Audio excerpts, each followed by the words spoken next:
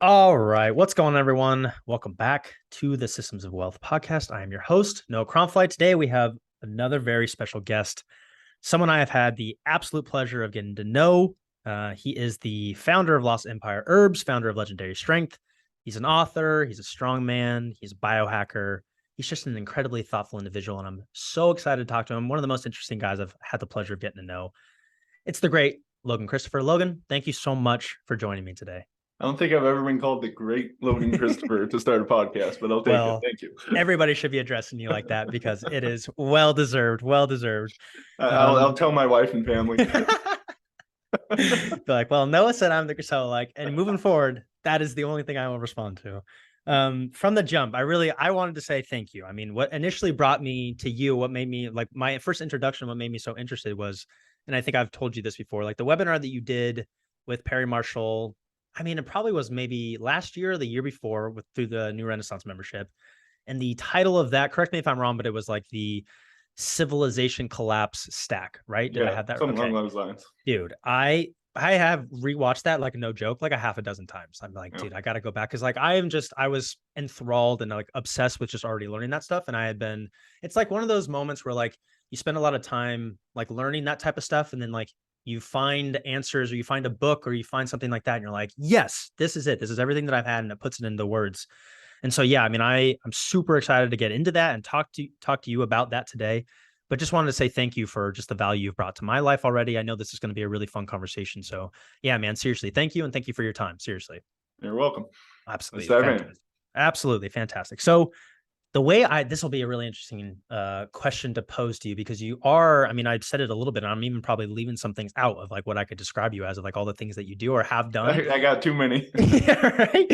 And this is always like I like to just kind of like frame the conversation or start it this way because sometimes I have trouble answering the question. But like the way that I always like to say it is like, if you, let's say you're meeting somebody for the first time, maybe you're out or having a conversation, someone's like, oh, Logan, like, what do you do? What do you do for work? Or like, what are you kind of like all about? Like, how would you answer that? How would you frame that to somebody that like you're meeting maybe for the first time that isn't super familiar with you? Really depends on how I'm feeling at the given time. But Right. give a quick overview. So yeah, entrepreneur, run two companies. One, I got started as a personal trainer and became a strong man. So I got many books and videos in fitness, from doing like conventional stuff to body weight exercises and kettlebells to bending horseshoes and pulling fire trucks with my hair.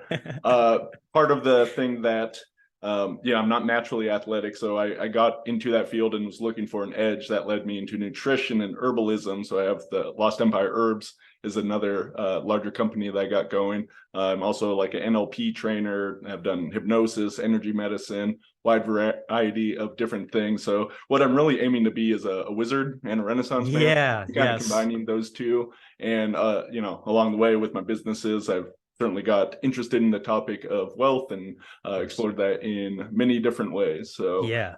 there's a quick synopsis. That's fantastic. I love that. And I would say you're doing a damn good job at being the Renaissance man, being the wizard from what I can see. That's so cool. So, what do you like in your reflection and just being kind of like the self awareness of it? Like, what do you think came first? Was it your interest in being an entrepreneur and building a business, or was it like I am doing that, like I want to, solve this kind of fitness sort of thing, and that you found business? Like, what kind of came first?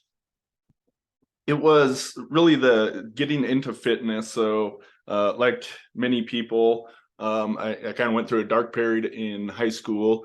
Not much confidence. There was a period of time where I literally had no friends, and kind of coming out of that, I didn't like myself at all. But I found fitness and really started to get into this, and like found joy and inspiration in that. And as I went along with it and started to be able to do things that not everyone could do, I really enjoyed the process. And I was going through life, I was like, well, I might as well turn this into a business. That whole thing is, if you're passionate about something, why not turn it into business? You'll get to spend more time doing it.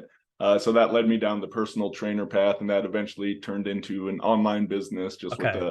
the leverage of doing that in the world. So for me, really, the fitness journey was like the the like foundational rock thing, and like everything kind of built around that over time. Yes, 100%. I have a very similar sort of like that was like the first pillar that I knocked down first was like my health and getting that right. Same sort of deal, right? Like I grew up just chubby and I was insecure about it and like the kid that like didn't want to take his shirt off, right? And so like that was what I started first. And I found that like, well, being an athlete as well, like that just was a part of me. But knowing like when I was solving for that, I found that it led to a lot of confidence in just who I was as an individual, which has an impact on how you approach business opportunities in life and kind of stuff like that. So yeah, that's really, really cool. So talk to me about like that business model of like building it into kind of like an online business of like personal training and kind of nutrition. What were you selling courses and books and what'd that look like? So this was back in the early days of the internet before everyone was, on it all the time. Yeah, right. But I was learning fitness from some guys like Matt Fury, who's one of the famous email marketers, then Dragon Door, which was run by John Duquesne, and they, along with Pavel Tsatsouline, launched the kettlebell. So these were the guys that I was basically learning the fitness information, and I was at the same time just kind of absorbing the business model and lessons from them. And of course, many other people as well. But in doing this, again, I was learning. So I was like, well, if I want to turn this into a business, why can't I do the same thing that I've witnessed these other people doing? And as I said, that was still somewhat early days of the internet and e-commerce. So I started in publishing some public domain material, so stuff that was out of copyright. So I was by no means an expert. Really what I was doing with my business was like, come along the journey with me as I'm learning this stuff. Right. And, many years later, turn around, it's like, oh, I'm kind of this renowned strongman and I've done all these things. And of course, then I was creating my own videos, my own books and all that along the way. That's so cool. Like, is it the like creating and doing that at the beginning? Like what was did you have like, I want to do this, I want to make this amount of money from this business? Like what were your like targets and goals like back then when you were just getting started? I think I had my quote unquote retirement party from like the workforce when I was like, what was I, 22 or 23, something along those lines. So I was working at a grocery store making $12 an hour while I had this side gig going. It didn't take long or much success in the online business before I was like, you know what, I'm going to go full time in doing this. Like literally, I sell $100 course and it's like, okay, I made more money while I slept overnight than I'm going to make in 8 hours of working here. So yeah, my first kind of big goal was just, can I provide for myself? Of course, I made many mistakes along the way. I started like using my credit card and like buying the next course and everything. So I built myself a bit of debt after I went full time into my business. But for me, since I didn't go to college, I did like a semester at a community college. Like I can learn better by myself, and I did. But I've been plowing money into courses and mastermind groups and all this stuff. But unlike a college education for so many people, which is a certificate that they do nothing with, I was building a business in doing such things. Dude, that's so interesting because I had that was like very similar to my approach. Because when I was getting started, it was like marketing. And like when I found Facebook ads, I was like, this is what I want to learn. And then I was in school and I was like, well, I want to learn about this stuff and I'm not going to learn about it sitting in like a course. Like I want to learn about it in like a real life environment from like people that are actually doing it. And the same sort of deal, like my initial, we'll get into like investments and asset classes and we'll talk about that in this conversation today. But I really love the sentiment of like the initial thing that is your best investment is you as the vehicle that is going to increase your earning potential and increase your ability to earn an income. That's going to come from investing in you and your education and your skills and just stacking that up over the long term. And so, yeah, investing in courses and books and being in rooms with people like, you and I got to finally meet in person at the traffic seminar. Like that was an investment on both of our parts, but I would say it's paying off in dividends and like you and I get to have a conversation and get to do this. And so like, it's so fun for me. So yeah, man, I love that sentiment. I think more and more people are like, how do I get started? And it's just like, pick, be reflective think about like what you're passionate about, what you're curious about. But then what has always helped me is like, pick the person that is doing what you want to do and do everything impossible to like learn what they're doing. And that's buying books, buying courses. I mean, so many of these entrepreneurs are super gracious with sharing a lot of their knowledge. Like it's out there. It's just there for you to find. Yeah, absolutely. Yeah. And it's this idea of the model that you mentioned, fitness and health journey, right? So in my building up my fitness and strength and everything. So I had been going to the gym before. I tried playing football in high school. I wasn't good at all. But with like Matt Fury and the kettlebells, like I learned, oh, there's this unconventional way. And one, I had a lot more fun with it. You know, if you have fun with something, you're gonna be much more successful. But in doing this, I started learning like the actual like keys to progression and training, how to actually be successful with it versus like commercial bodybuilding, which was all I was really exposed to before. Yeah, of course. So with that, I started to build confidence in myself, and it was this pattern of, okay, learn from people. You know, you can buy their courses, study the material, put it into action, you get results. Yes. Business is much the same way, right? 100%. Learn the methods, learn what works, apply it, and you're going to get results. You know, again, many mistakes along the way, like I've made them all, but right. The important thing is consistency, right? Fitness, Yes. so many people, it's like, you know, they sign up for a gym in January and they're not going by the end of it. You got to think in longer term time frames, like 5-10 years, right? If you're doing that with fitness or with business, that's where you're going to get much better. You can't be the flash in a pan type of stuff. That's where so many people fail so soon and do not pick themselves up and keep going. Well, and it's so applicable to like how you approach your finances too. It's just the habits of like how you're doing it. And I love that because I think if you get like the sequence right in that feedback loop of like the learning comes from the action, not first. Most people like want the knowledge, like tell me what it is, and then I don't have to worry about failing, right? Ready, fire, aim, right? So yes. a certain amount of knowledge, right? Like enough to get ready. Like you don't want to be going just blind out of the gate, and it depends on what exactly we're talking about. Right. But so many people, especially these days, you know, too much mind, so we get into paralysis by analysis. Yeah, right. So too much information doesn't necessarily help. So you want to get the base amount, then start working on it, then you start learning more and adapting to those results. Yeah, dude, I love that. Framing it that way is perfect because it's like the first, just getting started is always the hardest. Like just putting on your shoes to go to the gym is always the hardest, but then you get there and then you get, you know, like you said, but it also comes from the compound effect of just continuously showing up. And I think that's like one of the hardest things about fitness and business. And a lot of these things that like people want results from is like, you don't see the results for a long period of time. Like it looks like nothing's happening until all of a sudden the compound effect and the exponential growth. And man, that couldn't be more, you know, the case with money and almost there's like all of these things like it applies. I think that's what was so valuable of like reflecting on nutrition and health was those principles do apply to business. And I think knocking that pillar down first was so valuable of being like, oh, this is very much the same. And actually like the fitness was a lot easier than business because business is hard, man. That's a lot harder. Moves a bit faster. Indeed, right? The before, because I want to get into business, but real quick, I think this would be valuable because I don't think I've ever shared like my own fitness journey and stuff like that on the podcast. But like some of the courses that you were selling at the beginning, like some of those foundations or principles, like you called it like foundations for progress, like on the nutrition side, like like ignoring some of like the business, you know, like models and kind of like the techniques behind that. But like, what were some of the core principles of your fitness programs that you were guiding people through? Like if they're like looking to get something away from in that, like what were you teaching people? Well, the main thing that I see is lacking in a lot out there is like a fundamental understanding of progression, like how progressive strength training works. And it's not just strength, right? Progressive flexibility, progressive endurance, but seeing like, oh, you start here and you want to get here, right? What are the steps along the way? Then making sure your training is just building towards those steps. And, you know, we hit plateaus or different things. So having different ways of working about them. But if you understand progression, like, again, this applies outside of fitness. It's the same with money. It's the same with business.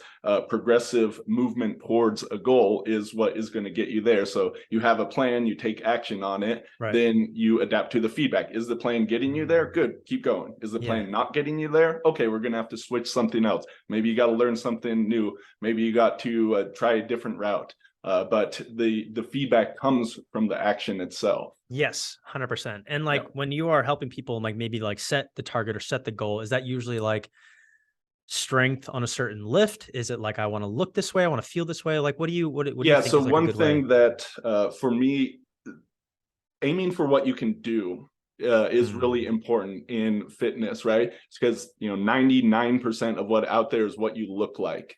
And I'm not saying that's not important at all, but if you focus on what you can do, there's a saying in architecture that form follows function, right? Yes. So your body is going to follow what it can do. And if we're aiming for something like health, especially, then really just, can you move well?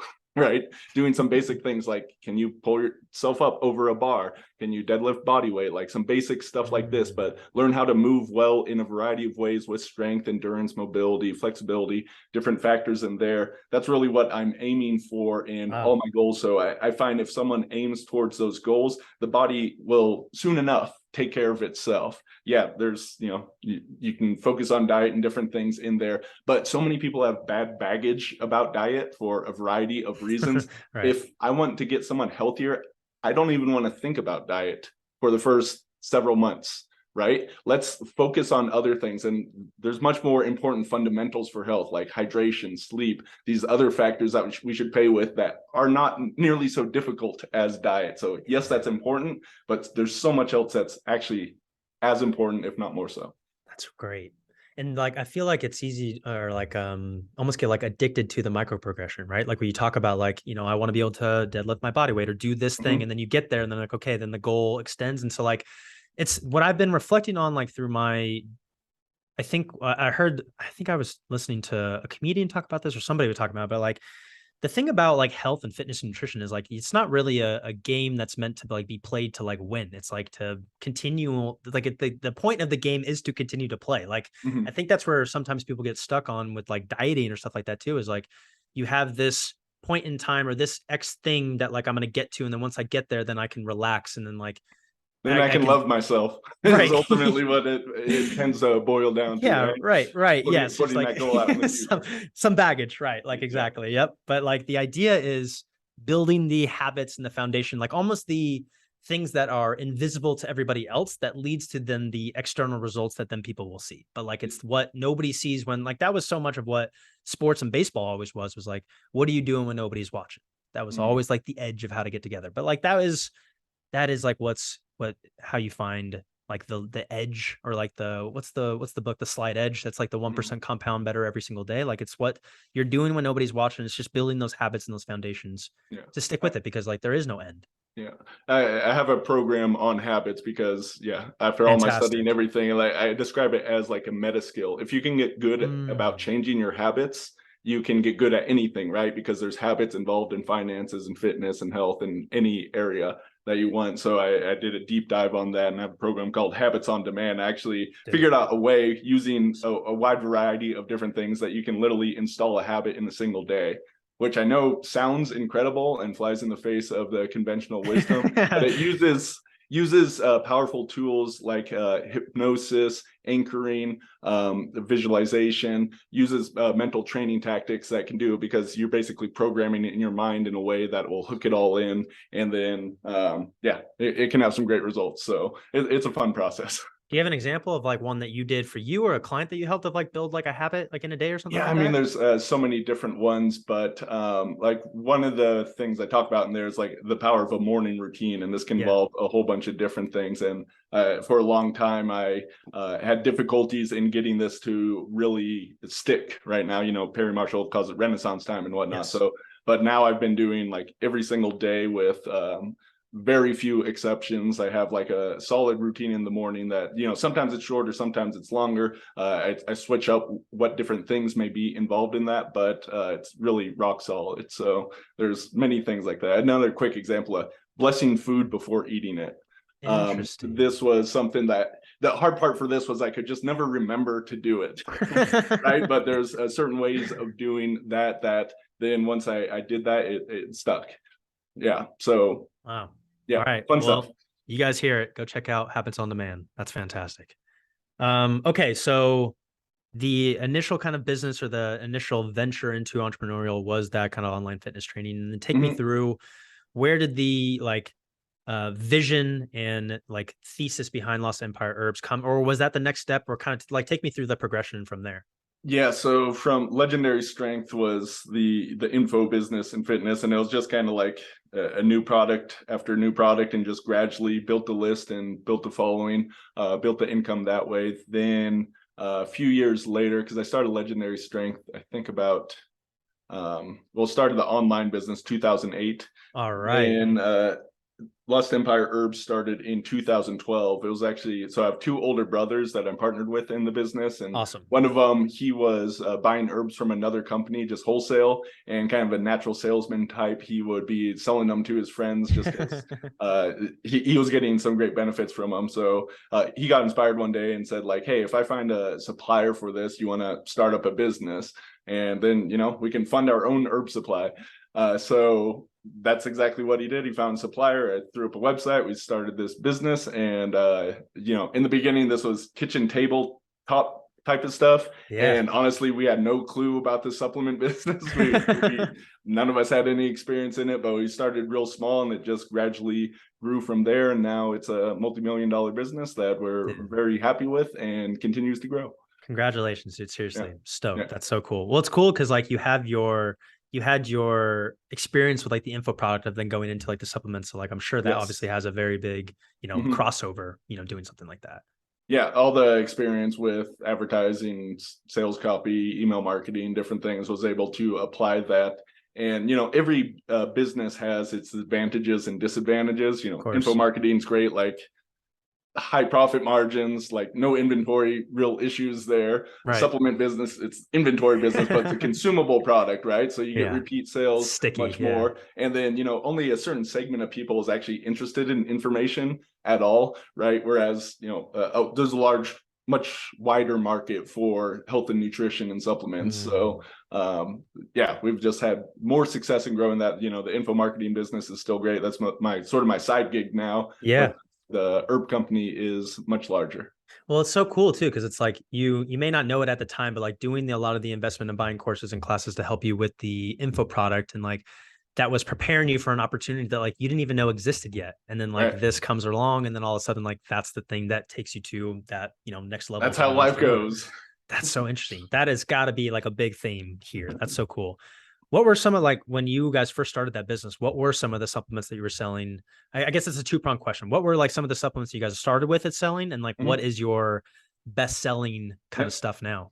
Same herb. Really? Yeah. So pine pollen, which is literally it's the pollen of pine trees. It's still not very well known as a supplement, but it's pretty unique in that it has phytoandrogens. So a lot of people have heard of phytoestrogens, which are chemicals that can mimic estrogen for good or ill. Really kind of depends on the situation. But there's actually phytoandrogens as well. So pine pollen has trace amounts of human hormones like testosterone and DHEA in it. So it's really good at going in and helping support the hormone system. It's more well known for men, but it can actually be quite useful for women as well. So this was one of the original herbs we started with, and it is our best seller to this day. We sell a lot of that stuff. And where did your like I guess like both like passion and curiosity, but like your knowledge of like learning about like this depth of stuff of like when it comes to these supplements, like is that just from listening and like to talks and reading books? Like where's that come from? As I was going on my fitness journey, as I mentioned, this led me into nutrition, which also led me into learning about herbalism. So some of the people that I was learning from, recommended one of the first herbs I tried was the cordyceps fungus, which is amazing thing that's really good for endurance, right? So the first time I took this, it may have been blended with some other stuff, but I noticed that I had like a bit more endurance during my workout. So from that first get-go, I was hooked and started learning a bit more about these different things. And for a long time, it was my secret weapon. It was just something that I was doing for myself and not well known out in the world. But then obviously with the launch of the company, and just the overall trends, a lot more people are learning about herbs and what they can do for a wide variety of things, from performance to just about everything. We have a saying, there's an herb for that. Like, if you want to have results in something, there's an herb that can support you in some way in getting that. That is so wild. I love that. And that's still your guys' bestseller, the pine pollen. Yep. What is your like herb stack, if you could give someone like I guess it depends on what you're optimizing for, right? Like what your objective is, but like if you could give just like a basic of like how you perceive it, or maybe what your personal stack is. So I don't have one. I'm a really intuitive with my herb taking. So there are a few things that I take kind of more regularly. But so I'm really a tincture person. So tincture Mhm. is an alcohol extract of the herbs. As you can imagine, I have hundreds and hundreds of tinctures in my house. So I'll just look at what I have and like, what am I feeling like in that moment? How do I want to modulate my mood or my energy or whatever benefits I may want? So unless I'm particularly experimenting with something at some time, which may be just like R&D purposes, like I'm trying something new or specific benefit I'm going for the most part, I'm pretty intuitive with my herb taking. For if you're like R&Ding something and you're testing Mhm. something out, do you have to have like a control or like a certain amount of time or set some parameters of like, I am doing this thing and then I'm gonna like document how I'm feeling or changing? Like how do you approach that? Um, Generally, it's not that quote unquote scientific. Yeah. Um, I mean, it's great when we can do like before and after blood tests or whatnot, but in all my experience, with herbs, but also other stuff like energetic training, I can tune into the subtle effects of the herbs fairly well. So with many of them, I can just be taking it a little bit of time and have a sense of how it's going to work for me. Now, this is me individually, right? So if Yeah. I'm looking for more feedback, I won't be the only one testing it, but often if it's like a formula I'm coming up with, I'll be the first one that goes with it. Of Then I'll course. pass it on to more people, see what sort of results they get, and then can go to a wider circle from there. It's great if we can get like more data points, but honestly, in many cases, it's relying on just a few. Yeah. Before we pivot, I want to ask you this question too, because it kind of goes back to like what you felt like what people were maybe missing in like the fitness of like not defining or articulating or explaining progression in the Mm-hmm. right sense. What do you feel like it could be possibly missing in the supplement world that like Mm-hmm. just you kind of see of like this is my thing that drives me of like I feel like what makes us different and what I feel like is missing in the supplement world. Yeah, I would just say like overall kind of philosophy of health. So entire humanity up until about a century ago, we've always used herbs as medicine, right? Mm. These days, I'm not even allowed to say herbs are medicine, right? FDA disclaimer, I'm not a doctor, don't treat your cure disease, right? But entire humanity and every single culture had herbs Yeah, of that they course. used around them for a wide variety of different things. Right. And again, this doesn't have to be specifically for treating diseases, but you recognize that, oh, some herbs can be helpful with energy or sleep or sexual performance, whatever you are looking for, right? So just recognizing that these have always been a natural part of our diet and included in what we do, and that, most of what masquerades as food these days shouldn't even be called food. So Dude, getting back to a amen. more natural diet, and that includes like a foundation of these plants that have like bitter taste and all kinds of different things that we're not taking just for the macronutrients that Right. are in them. So just understanding that, yeah, bringing more of nature into and how it can support our health as well as performance. That's fantastic. I love because this is, I mean, it's going to lead us right into talking about finances, which will be the back half of this conversation here. But like having the foundation first of just understanding like these are the principles of fitness, right? Like it's just Mhm. making sure I'm, eating things with one ingredient, I'm sleeping well, I'm walking, I'm moving my body more. And then you get into like, okay,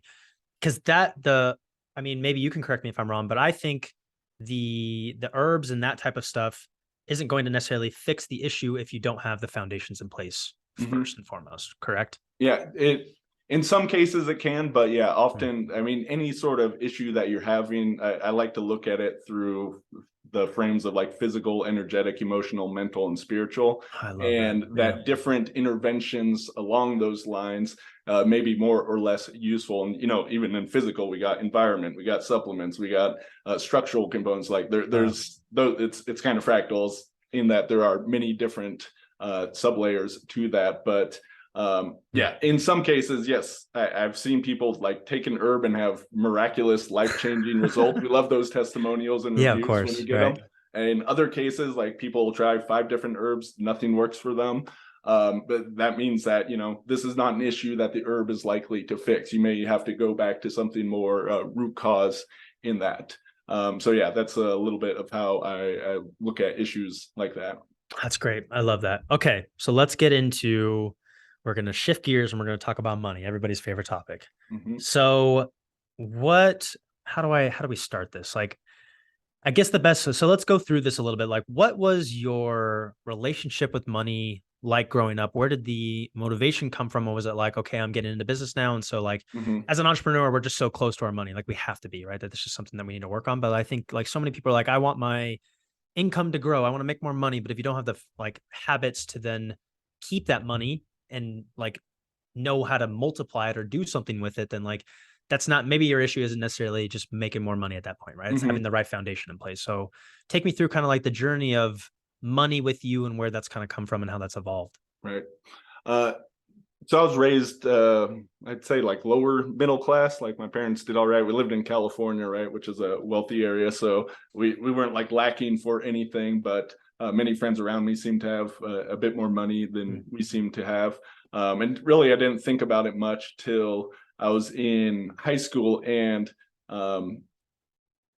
initially I thought like my original kind of life plans when I was in high school was like I was really into science and wanted to be like a theoretical physicist. And I was like, well, I'm not going to get to MIT and my parents don't have money to send me to anything. So maybe I should look at the other things. And again, the aforementioned not having friends. So I was kind of looking and searching for a different path.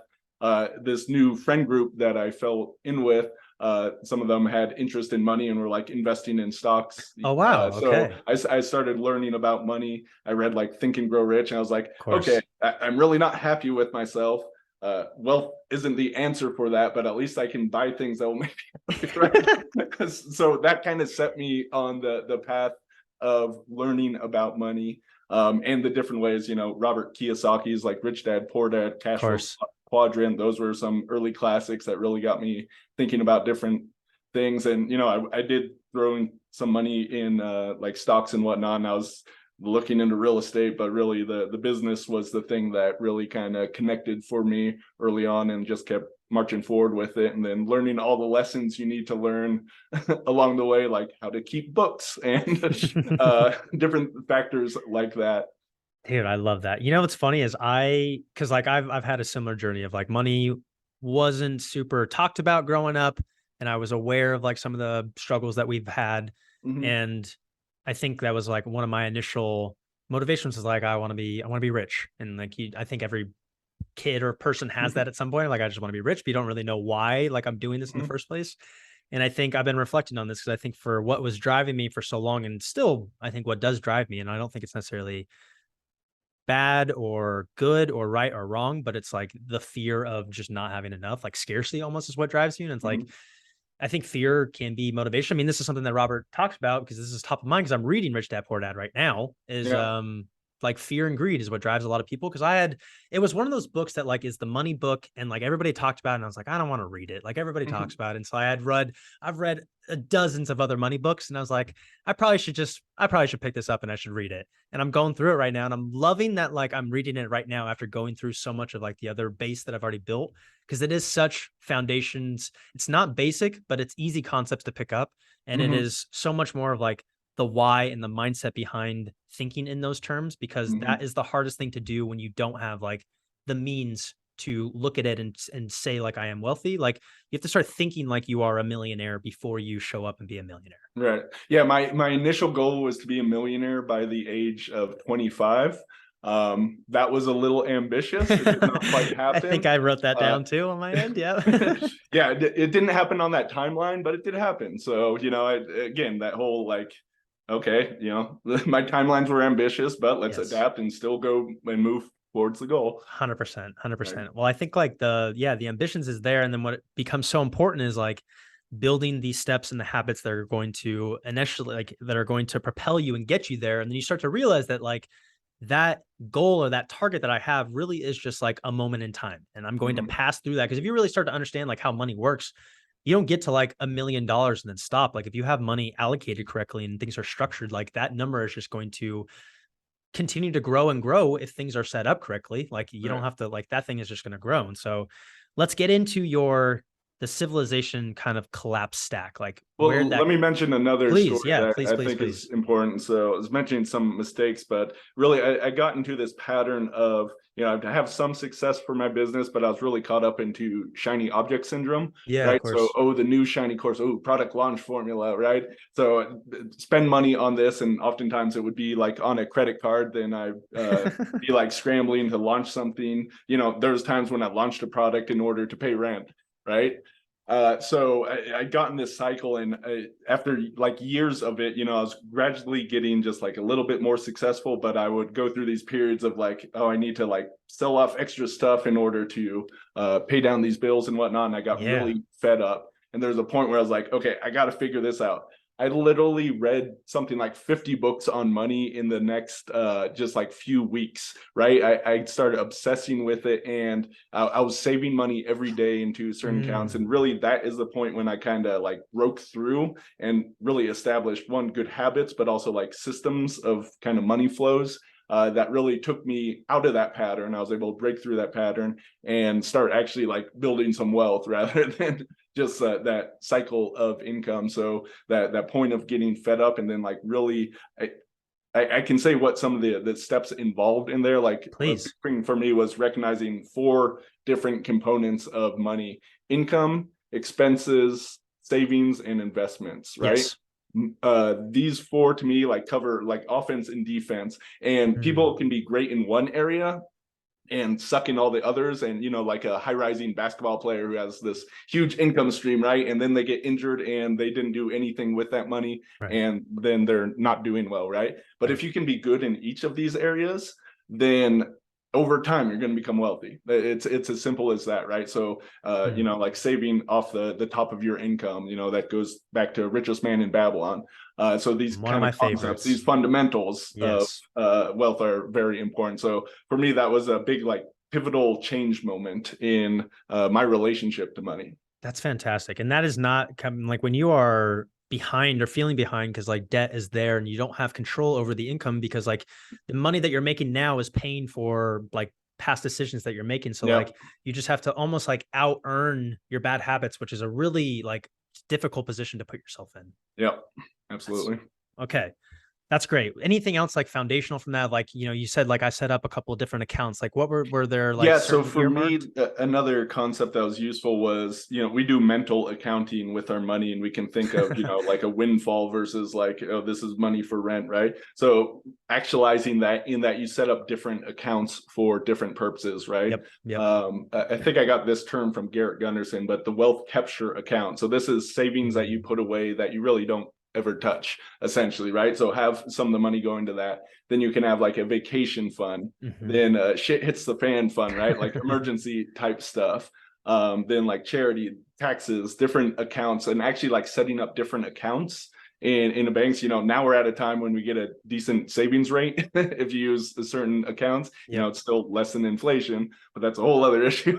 But using actual like different accounts and then doing this on a regular basis. If your income is regular, then you can set it up on autopilot. But Right. for me, having a business and variable income, I would like every week, and I've been doing this. This is a weekly habit for years and years, probably over a decade now, of putting money away into these accounts, actually like manually making transfers to do so. Dude, So I yeah, love that's a that. big thing that came out of that. That's great. Because I've built like, and I have some of these videos on my YouTube channel right now of talking about like the wealth machine, sort of the structure of like how to kind of build that system in place. Because I always thought about it as like pipes in a drain structure, and Yep. before like the money's flowing in, like you want to make sure there's no holes in the system. So I operate in a similar sense, right? Like I have an operational account where everything flows into, and then from there it spits out into like the personal, Yep. whatever my monthly like expenses are going to be, and then into savings, and then that floats into a tax bucket. So I don't, I can kind of just earmark that, which then as that overflows, like in the savings, it goes into the different investments, and kind of like that structure is like,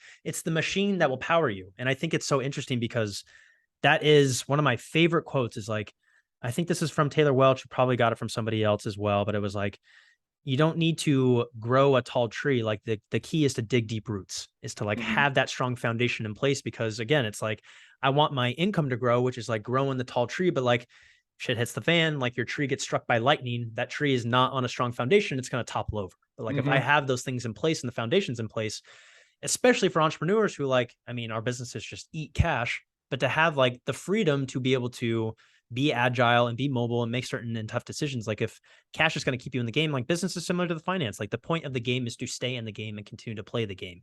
Yeah. What's going to knock you out is just poor financial habits and not having the money in there to continue to kind of fund what you want to do. So, yeah. And then recognizing you can do that same sort of systems approach with a business as you do with your personal income, yes, right? So having those flows wherever they're going, set up for both of them. Yeah, that's great.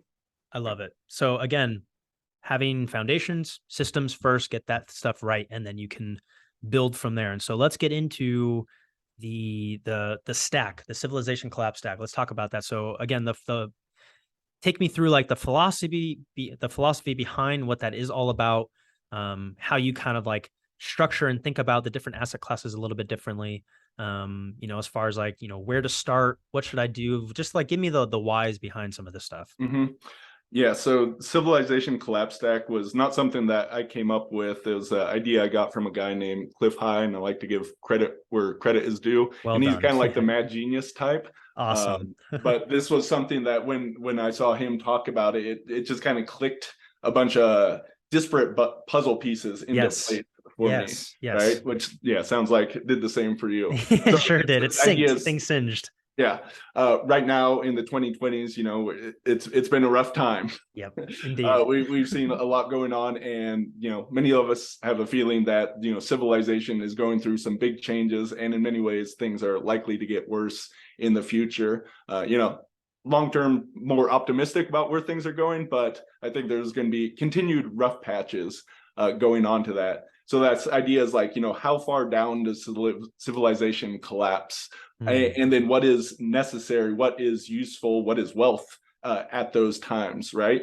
And recognizing that civilization collapse, you know, we have a worldwide economy and everything right now, but it's not necessarily, not every place is the same, and not all times are going to be the same, right? So being on the Russian-Ukraine line, right? You know, that's a very different situation than where you and I are at right now. But basically at the bottom of this stack, what is useful is survival goods, right? So this gets into the whole prepper type of stuff. And, you know, this is a huge area that, you know, people spend like a week just learning about, but having some of the basics, like, do you have months worth of food available should stuff get down? I mean, people may remember when the pandemic and there's the toilet paper buying or whatnot, but people 100%. That had prepped and had stuff were kind of sitting pretty and easy with that. So I have like 6 months supply of food for me and my family, just kind of ready to go. But you can also, it's not just food, but, you know, water, hygiene, weapons and ammo, right? Like if we get into ourselves in a Mad Max type situation, like I don't think it's going to get that bad, but what if it did, right? Right. So thinking about this as a type of insurance is quite useful, right? So that's kind of the base level. Then above that, you have real estate and subsistence, right? So yeah, this ready to go like meals is great to have, but let's say like civilization does kind of collapse our supply chains. We've already had supply chain issues. Imagine those get a lot worse. You know, feeding yourself is one of the most important things. So if you are able and in a place, but can you be growing your own food? We've seen a lot of people moving toward homesteading type of stuff, or at least having like good relationships with nearby farmers. Yes. This is very important for the future because, yeah, things very well, like we have this amazing global system, and in many ways it is very fragile, right? They say the average city, if like the supply chain stopped coming, that there'd be like, there's only 2 days worth of food in a city. Right? What? Yeah. Think about that. Yeah. Oh, that is alarming. Yeah. So the subsistence part is like, can you feed yourself and supply self-sustaining other things you need, like energy, right? So this off the grid type of operations.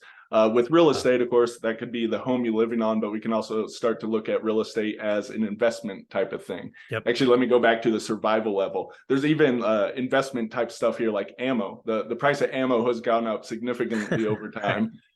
So like and if we get into that sort of situation, like money's not important, but instead you're going to be bartering for goods. Yes. So you can look at that sort of investment quality of it.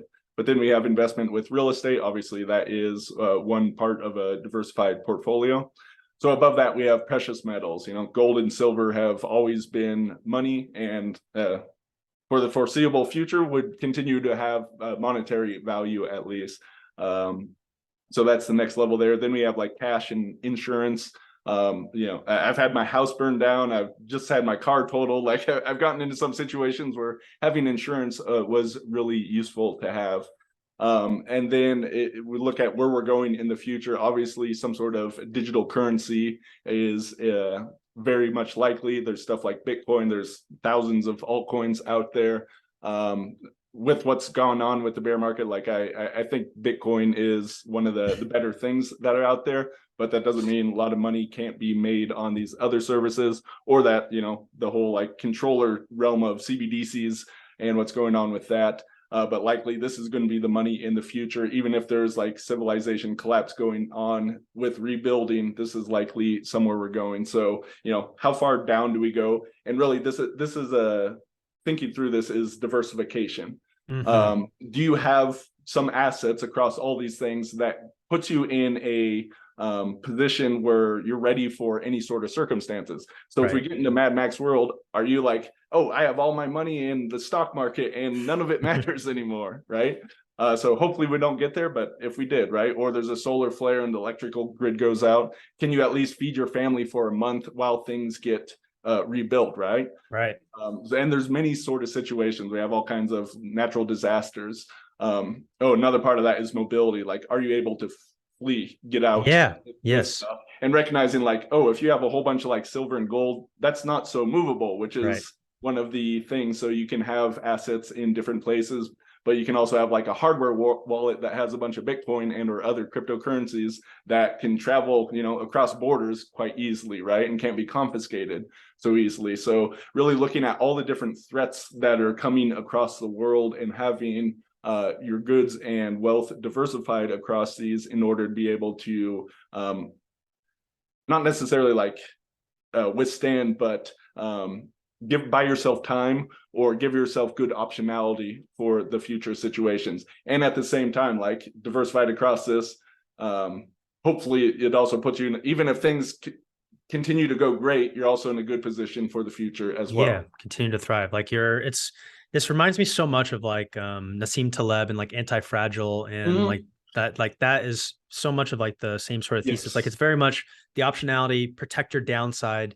Like I got into a new car this year, and like a big part of it was like, if stuff goes awry, what is the thing that's going to be like a mobile, something that's going to like land? So I got a pickup truck, like I got a Tacoma, and I was like, this is the thing, because it was so funny. I watched that show, The Last of Us, and I was like, well, what's the thing that he got in when everything, it was a truck, it was a pickup truck. And I was like, this is the move for me right now. Like, this is what I want to be in. I love multi-layered thinking, right? So it's like, okay, and what if there's issues with gas? So do you have gas cans that are available? Also, like a bike that so you can get around to places. So having all this stuff and different options along those lines. And of course, you can go overboard in all this stuff. People. Last of Us, we definitely have the prepper that was ready for everything. Right. Nick Offerman. What a G in that. That's so funny. But I think so here's something that I think you could probably expand on a little bit. Is like, some people might think of this as like being like pessimistic, or thinking like preparing for like, I'm like expecting stuff to go bad. But like, because my opinion on it is like, it's not pessimism. I think this is like something that Charlie Munger talks about a lot. It's like, I think every day that things are going to fall apart, and because of that I am better for it. I think he has like a quote or something like that. Like, if someone come to you and says that, like, what's your take? I would say it's more, pessimism's not necessarily bad, right? Like, do you never have insurance, right? Insurance is preparing for like catastrophic instances that are beyond your ability. Like if you get super wealthy, you can self-insure in that way. But even many of those people, the insurance is still worth getting for different purposes, right? So having food on hand is a type of insurance, right? Having some precious metals so that you're able to barter is a type of insurance, right? So just covering, I mean, look at what has happened. You know, if you go back to 2019, most people would not think there was a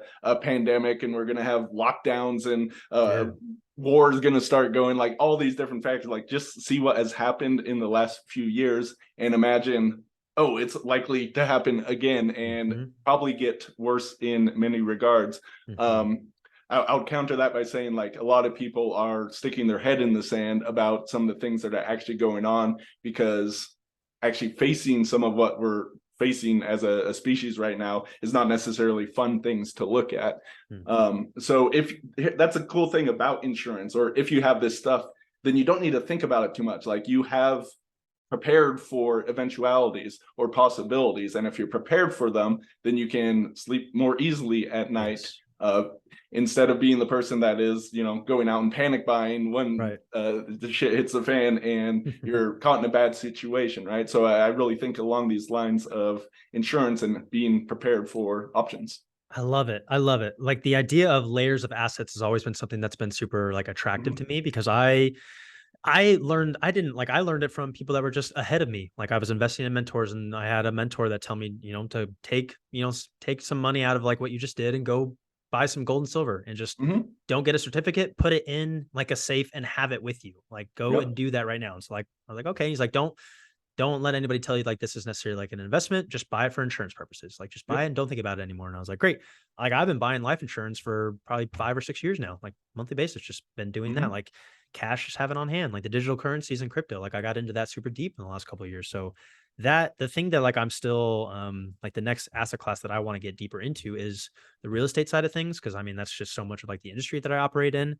But I think yeah, I mean, I love your take on like, you know, we have already seen the extremes of what could possibly happen. And so like, if that isn't the wake up call to be like, oh, I need to prepare and have options in place, then like, I don't know what else could give you a kick in the ass and like light the fires. Like, this has already happened. We've already been exposed. We already saw how many people were like operating on an edge. And like, one of the quotes is like, you know, when the tide goes out, you see who's swimming naked. Like, it's so true, man. Like, if you're not preparing and thinking about that and just going like the multi-layer, just going a little bit deeper and like preparing for that stuff, it's so much of, you know, people do that stuff with like their fitness as well. They keep their head in the sand because they just don't want to face uncomfortable realizations about their beliefs or the baggage or whatever that might be. You know, Perry Marshall calls that head trash. I mean, it's so much of that. Yeah, absolutely. So again, one of the ways I found this was useful is just kind of like take that framework and think like, where are my gaps, right? What am I missing? And then, you know, what are my next action steps after that? It can be really simple, and then you do that every once in a while, which is not that different than, you know, a person that would look at their wealth and like, you know, this is just a little bit different than like, oh, I have so much of my money in stocks and bonds. It's just kind of diversifying across a wider class of assets. Right. But yeah, and that doesn't mean if you think things are going to be fine, you can still have most of your wealth in those areas, but just having a little bit outside in these other areas and looking at some of the other options may be useful as well. Yeah, because like we see like the stock market as being like liquid, you know, type of assets or an instrument. But like, if things shut down and you don't have a way to liquidate, like, that's not very liquid at that point. Cause like, if you think about what money is just from its first principles of like a tool to signify like, you know, exchange of value, like it depends on what we deem valuable based on like the environment or what is happening around us. Cause like you said, like, I've never heard anybody like say this before. Cause one of my questions is always like, how do you define wealth? That's always what I like to ask people. But like what you said, how like wealth can change based on the scenario. I've never really thought about it like that way before. Yeah, I mean, all the cryptocurrencies in the world aren't going to be useful if like the electrical grid goes down, if there's a solar flare or massive EMP. And that's a scenario that a lot of people think about, but they could come back after that was maybe repaired from it. So if you get in a worse situation again, like it's survival, and people are not thinking about money at all, right? So having what is needed in those situations is so much more important. And again, this is not just about like selfish preservation too. Like if you have several years worth of food and things go wrong, right, you can also help your neighbors as well, right? People that are not prepared and thinking along these lines. then you're in a better situation to be helpful to people in that way as well. That's really, really powerful. And yeah, let me Really mention like that with the civilization collapse stack. Yeah. The other, like I covered things here. What's Yeah. actually most important is community and skill sets, right?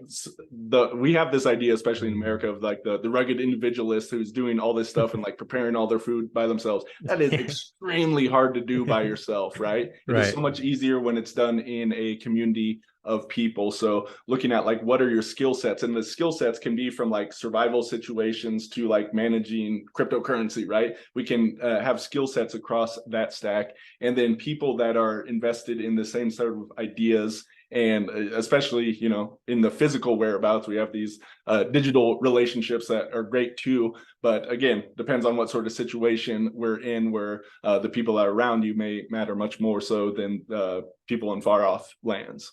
It's great. And I mean, the other thing that plays a big role in this is like your personal health. It goes back to the found like the who you are, like nutrition and all that stuff as well. Yep, absolutely. Dude, that is so what a really, really like cool message to be getting out there. Like I think that is so it makes me think like deeper and deeper and like get deep, like it makes this game of like why I'm also like then wanting to grow businesses. Like it gives me like the reason behind doing a lot of this stuff, which is so cool in the first place. Before we like there's one like a little more stuff that I want to pivot to or switch on a little bit, but like what is your definition of wealth? How do you think about that word? I guess I don't have a super clear definition because it depends like where I want to aim it. Like, yeah, I could look at financial assets, but really wealth in like community, what I was just mentioning, like I think that's the most important thing, right? Relationships and really building those up and having people that you can be open and safe with, and people that think along the same lines. That's probably the most important thing. And we look at factors such as health, right? Like that's one of the most important attributors to health is the people that you spend time with, and same thing with wealth, right? So wealth of community, I would say, is probably the most important aspect. Man, that's so like so pure. I really, really like that. It's so cool because you just like you don't hear the different perspective because so many people attribute or connect wealth to financial assets, which is like, you know, normal and natural. I get Yep. it. It's all But good. again, it's like the layer deeper of like But what actually matters, right? what actually Again, matters. when the shit hits the fan, like having that community around you, if you Yeah, didn't have man. any of the assets or anything, Makes like that, you that's the safety net, right? Or the yes. lack of it, right? Yes. And if you do well with these things, then you're able to provide that support for other people again. So Right. that's important both ways. In the scenario, like how people are defining that word again, it's dynamic and changes for everybody because it depends on like you and your gaps. Just depends on that. So it's like being self-aware and then starting with like being aware of the problem, then just solving problems. And that is like usually small little things that you can get into. Dude, that's so cool. I really anything else on like the collapse stack that you want to that we didn't touch on that you want to say before? There's just like one other topic that I want to talk about. No, I think that's good on that. Cool. That's fantastic. I love that. So last thing that we'll wrap up on. This has been like a a repeat in my mind a lot lately. And it was something that I think you and I talked about when we were at the traffic seminar is just how to think better. Like that's my thing that I have in my head lately is like, Noah, how do you, because like hard work is like, it's not like, how do I work smart, work hard? Like work hard is just, that is, you have to do that. That is the thing. Like that is just, there is no replacement for that. But there is a point where it's like, I can't just grind and gear my, and like, just, you know, force myself through these stuff and just get up earlier and just work harder. Like that can't just be it. Like I need to be, I was hearing this, I was reaching or listening to a podcast or something and was saying that like business and I think life is like an intellectual sport. It's just training like your mind and thinking better. And so a lot of the feedback that I got at the traffic seminar was like getting out from behind your computer and going and doing things that like, cause I am very much logical and systems thinking and for like that type of like engineering, you know, kind of like analytical type of stuff. And so being behind the computer screen and working on systems all day, like it's so it's easy for me. Right. And like doing like the stuff, getting out and going do like art or something that like is engaging the kind of creative side of my head, I think is very valuable. And I have made more of an effort and it does lead to just different type of thinking because it gets me out of the normal and it gives me just like a different environment. But like, do you have like an approach to that? Like, are you like, I'm going to go on walks and get in nature, or I'm going to do these types of things? Or like, what's your kind of like approach to just sharpening and keeping, because that was a big part of like what we took away from like the AI coming in, like what we have, you know, at this point is like what they can't take away is our ability to like be human and think. And so, yeah, like what immediately like kind of comes to mind with that stuff? Yeah, nature time is good, but I'll talk about journaling. Yeah. Again, this is one of those keystone habits that I've been engaged in for years beyond count. It's something I do every single morning, and this can take different forms. Sometimes just like whatever thoughts are going through my head, but other times it's like, oh, here's a specific project or a problem, and let me just think through this more slowly. Like your thinking slows down when you're writing, right? Yes. But it also Yes. takes it from the ping-ponging around in the mind into a little bit more concrete form. Right. So I do that every single morning. So that's my daily journaling, but I also, something that I found useful is I do this as a weekly and a monthly habit where I will review the past week or the past month, and then I project forward the next week, next month. I also do this as a yearly thing as well. So just kind of looking at that cycle, and again, it's that feedback and adapting the plans based on that. That helps as far as the thinking and moving forward. The second thing I'll say is, in our culture, it's really like we put overemphasis on the mind. And one thing I've noticed for myself with working and all this is there was actually a component of me that was like running away from myself. And getting lost in activity and accomplishment. Yeah. And really what was so essential was actually feeling much more and creating the space for that, seeking the community that kind of allows that to happen. And that for me has been really transformative in helping me to become, I guess, more fully dimensional as a human being. Right. And that is very helpful in how that then takes away some of that like overly ambitious kind of driven behavior that's kind of easy to get sucked into, especially staring at a computer screen, I would say, and be able to step back with more ease to like get in nature, to do fun things that is going to then allow you the greater space to allow more of the thinking to come, because when you're sucked in all the time, it's so easy to get caught up in the minutia. So being able to step back and not force yourself to do that, but actually like heal the wounds that allow you to do that more easily, I believe is what's going to create more space. Then you realize, oh, like 50% of what I do is just crap. I don't need to actually do that, right? Just creating the space to allow those thoughts to come to the surface. Yeah, that's great. Like not forgetting that you're a human first. Like that is so what is your like metric of success now, or like what is driving you now? Well, my life has been so chaotic with a wife with Lyme disease and a mold house, and now moving cross state multiple times now. So right now my metric is just like getting back to stability. Like I'm literally just a few days into moving into a new house here. So a lot of my plans that I had for life fell by the wayside in many ways. And As they I've do. been in damage control and survival, and coming out of that into, you know, get to a stable period again, and then we'll see we'll see where I go from there. I love it, dude. You know, such is life. Yeah, such is life. I mean, that's the way to, I think it's a big reason why, like I was just reading Rich Dad Poor Dad, right? It's like the winners look at, or like use the failure as like inspiration to continue to get better and better. Yeah. And sometimes it's easy to let that stuff like knock you down and not let you keep going. And I think your energy, your passion, like what you brought to this today, like I am so incredibly grateful and thankful for it. Everybody else I know that's listening is so gets to take away so much of the value of what we've talked about today. So I'm super again appreciative of your time. Anything else that like you want to leave people with, like any kind of final lasting words? Yeah, what's coming up for me now is, you know, money is important. So my wife has gone through a lot in the past couple of years. I've spent over 6 figures on her medical bills in a form that insurance doesn't cover. So recognizing that medical bills is actually the #1 cause of bankruptcy. So one, trying to avoid getting yourself in such situations, but even so, again, life comes at us. So I was blessed in that, I had learned all this money stuff, and I was in a good position to actually be able to navigate us through extremely trying times.